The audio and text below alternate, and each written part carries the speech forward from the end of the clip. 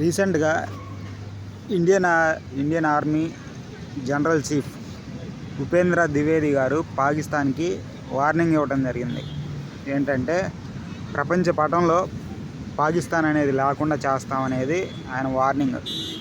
ఈ వార్నింగ్ ఎందుకు ఇచ్చారు అంటే ఆపరేషన్ సింధూర్ తర్వాత రకరకాల కవింపు చర్యలు జరిగినాయి. అదేవిధంగా ఏదైతే సీజ్ ఫైర్కి ఒప్పుకున్నారో ఇండియా అండ్ పాకిస్తాన్, ఆ ఒప్పుకోకముందే ఆ తర్వాత రోజే కాల్పులు జరిగినాయి బార్డర్లో. కాకపోతే ఇంకా ఇటువైపు నుంచి రియాక్షన్ వస్తే యుద్ధం మొదలవుతుందని మన వాళ్ళు ఎటువంటి రియాక్షన్ తీసుకోలేదు. అంతేకాకుండా తర్వాత గుజరాత్ బార్డర్లో ఏదైతే గుజరాత్ బార్డర్లో ఇండియాకి పాకిస్తాన్కి ఉంటుంది కదా, ఆ సెక్టార్లో కూడా పాకిస్తాన్ వాళ్ళు బార్డర్కి సమీపంలో కొన్ని రోడ్డు నిర్మాణాలు అయితేనివ్వండి, ఆయుధాలని తరలించడం కోసం, లేకపోతే ఇవి ఉంటాయి కదా ఇన్ఫ్రాస్ట్రక్చర్ అంటారు, మౌలిక సదుపాయాలు అంటారు.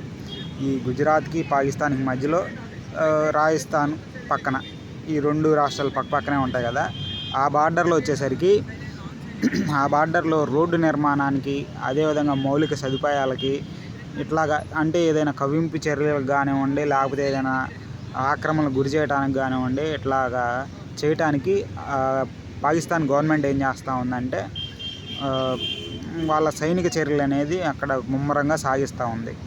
అయితే ఎప్పుడూ కూడా బార్డర్లో అవతల దేశాలు, మన దేశం అని కాదు, కొద్ది శత్రు దేశాలు ఏవైనా కానీ, రెండు రైవల్ కంట్రీస్ ఉన్నప్పుడు బార్డర్లో జరిగే అటువంటి యాక్టివిటీస్ని బాగా గమనిస్తూ ఉంటాయి. ఇక్కడ ఏం చేస్తున్నారంటే రోడ్లు వేస్తున్నారు. ఫస్ట్ రోడ్లు వేస్తారు, తర్వాత ఆయుధాల తరలింపు ఉంటుంది. వీళ్ళు డైరెక్ట్గా ఒకవేళ కనుక ఫైట్ చేయలేకపోతే ఇండియాతో, వీళ్ళు ఏం చేస్తారంటే మనకు తెలిసిందే కదా, బార్డర్లో ఉగ్రవాదులను తరలిస్తూ ఉంటారు. ఇప్పుడే కాదు, మీరు వాళ్ళు రోడ్లు వేసుకుంటున్నారు కదా మనకేమవుతుంది అని కనుక మీరు అనుకుంటే పొరపాటే. ఎందుకంటే 2007 అనుకుంటా అప్పుడు టెర్రరిస్ట్ అటాక్స్ జరిగినాయి. ఏది హోటల్ తాజ్ మీద, అక్కడ ముంబైలో. అది ఎలా జరిగింది? బార్డర్లో ఏది గుజరాత్ బార్డర్లో నుంచి పాకిస్తాన్ నుంచి వచ్చి అక్కడి నుంచి ఆయుధాలు తెచ్చుకొని ముంబై సిటీలోకి ఎంటర్ అయ్యి, తాజ్ హోటల్లోకి ఎంటర్ అయ్యి మారణకాండ సృష్టించారు. అది ఎలా వచ్చింది? ఒకవేళ వీళ్ళు బార్డర్లో ఇట్లా ఇంకా కనుక మౌలిక సదుపాయాలు, రోడ్లు, ఇట్లాంటి కనెక్టివిటీస్ కనుక ఇంకా మెరుగైతే ఇంకా ఫాస్ట్గా వచ్చేటువంటి అవకాశం ఉంది. వాళ్ళు మామూలుగా బయట నుంచి వస్తే ఆ టైంలో కనుక్కుంటారని వాళ్ళు ఈ గుజరాత్ బార్డర్లో నుంచే వచ్చింది. గుజరాత్ బార్డర్లో నుంచి ఇటువైపు నుంచి వచ్చి ముంబైలో అటాక్స్ చేశారు. మనకి ఇక్కడ ముంబైలోకి రావాలంటే పాకిస్తాన్ వాళ్ళు ఏది సముద్ర మార్గం ద్వారా ఈ గుజరాత్ని దాటాలి, గుజరాత్ని దాటి ఇటు రావాలి. కావాలంటే చూసుకోండి మ్యాప్లో, ముందు గుజరాత్ ఉన్నది, గుజరాత్ తర్వాత ఇటువైపు ముంబై ఉన్నది. ఎంత పకడ్బందీ ప్లాను. ఇప్పుడు ఈ గుజరాత్ బార్డర్లోనే ఇక్కడ మౌలిక సదుపాయాలు క్రియేట్ చేస్తూ ఉన్నారు. మనకు తెలిసిందే, ఈ గుజరాత్ రాజస్థాన్ మధ్య ప్రాంతంలో, ఎక్కువగా రాజస్థాన్ ప్రాంతంలో ఎడారి ఉన్నది. అక్కడ ఏమాత్రం సెక్యూరిటీ చేయగలుగుతారు? అటువైపు నుంచి చాలా ఇల్లీగల్గా రావడానికి అవకాశం ఉంది. రెండు రకాలుగా లోపలికి రావడం, మొత్తంగా 4 రాష్ట్రాల బార్డర్ ఉంది అటువైపు. ఒకటి కాశ్మీరు, 2 పంజాబు, 3 రాజస్థాను, 4 గుజరాత్. ఈ 4 పాకిస్తాన్కి బార్డర్లు కాబట్టి ఎటువైపు నుంచైనా ఉగ్రవాదుల తరలింపుకి అవకాశం ఉంది. అందుకని ఇండియన్ ఆర్మీ ఏం చేసింది, బార్డర్ వ్యాప్తంగా 4 రాష్ట్రాల బార్డర్లలో కూడా ఇట్లాంటి చర్యలను గమనిస్తూ ఉంది.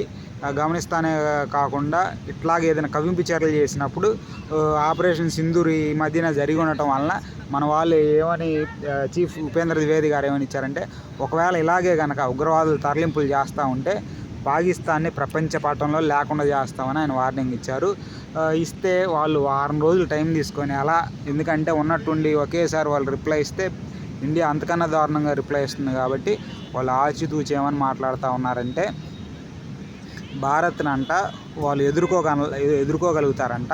అంతేకాకుండా ఇండియా పాకిస్తాన్ 2 అణ్వాయుధ దేశాలు కాబట్టి మాతో జాగ్రత్తగా ఉండండి అంటున్నారు. అంతేకాకుండా అంట వాళ్ళు ప్రగల్భాలు ఏంటంటే, వాళ్ళ ఆర్మీ ఉన్నది కదా పాకిస్తాన్ ఆర్మీ అంట, అది ఇండియాలోకి వచ్చి ఇండియాలో నలుమూలలకు వెళ్ళగలిగిద్ది అంట. ఇది కొద్దిగా జోక్లాగే ఉంది.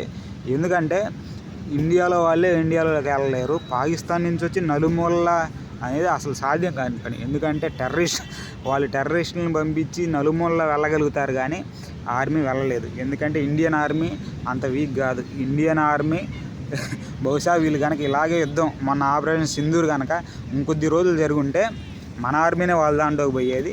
కాకపోతే ప్రాణ నష్టం, ఆస్తి నష్టం, ఆర్థికాభివృద్ధికి ఆటంకం కలిగిద్ది అనే కోణంలో యుద్ధాన్ని ఆపటమే కానీ, అందులోనూ అమెరికా మధ్యలో దూరటం వలన ఈ విధంగా ఈరోజు ఈ ప్రతి ఇండియను అమెరికన్ యాప్స్ కానివ్వండి, అమెరికన్ టెక్నాలజీ మీద ఎక్కువ ఆధారపడి ఉన్నారు.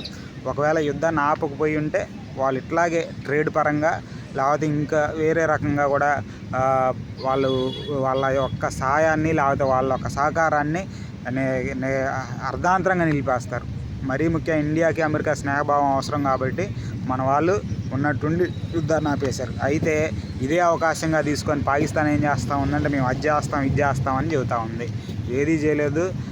వాళ్ళు ప్రస్తుతానికి అమెరికా సపోర్ట్ ఉంది కాబట్టి వాళ్ళు ఆ మాత్రమే మాట్లాడగలుగుతున్నారు. ఆ సపోర్ట్ కూడా లేకపోతే నోరు కూడా ఎత్తలేరు.